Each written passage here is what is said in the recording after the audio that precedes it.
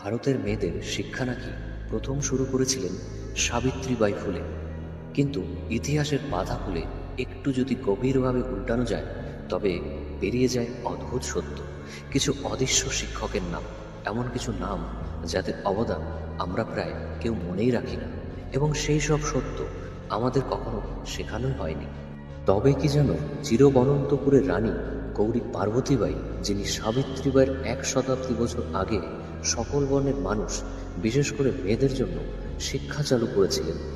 তার শাসনকালে প্রকাশ্যে ঘোষণা হয়েছিল শিক্ষা সকলের অধিকার, এবং মেয়েদের জন্য রাজকীয়ভাবে স্কুল তৈরি করেছিলেন। 19 শতকে মার্কোবা শেটলি নিজের উদ্যোগে মেয়েদের শিক্ষার ব্যবস্থা ঘটিয়েছিলেন। তিনি তখনকার সমাজে একজন নারী, যিনি নিজের অর্থে মেয়েদের জন্য স্কুল তৈরি করেছিলেন। 19 শতাব্দীতে রূপমঞ্জরি নামে বিখ্যাত খ্যাতনামা একজন শিক্ষিকাও ছিলেন তিনি।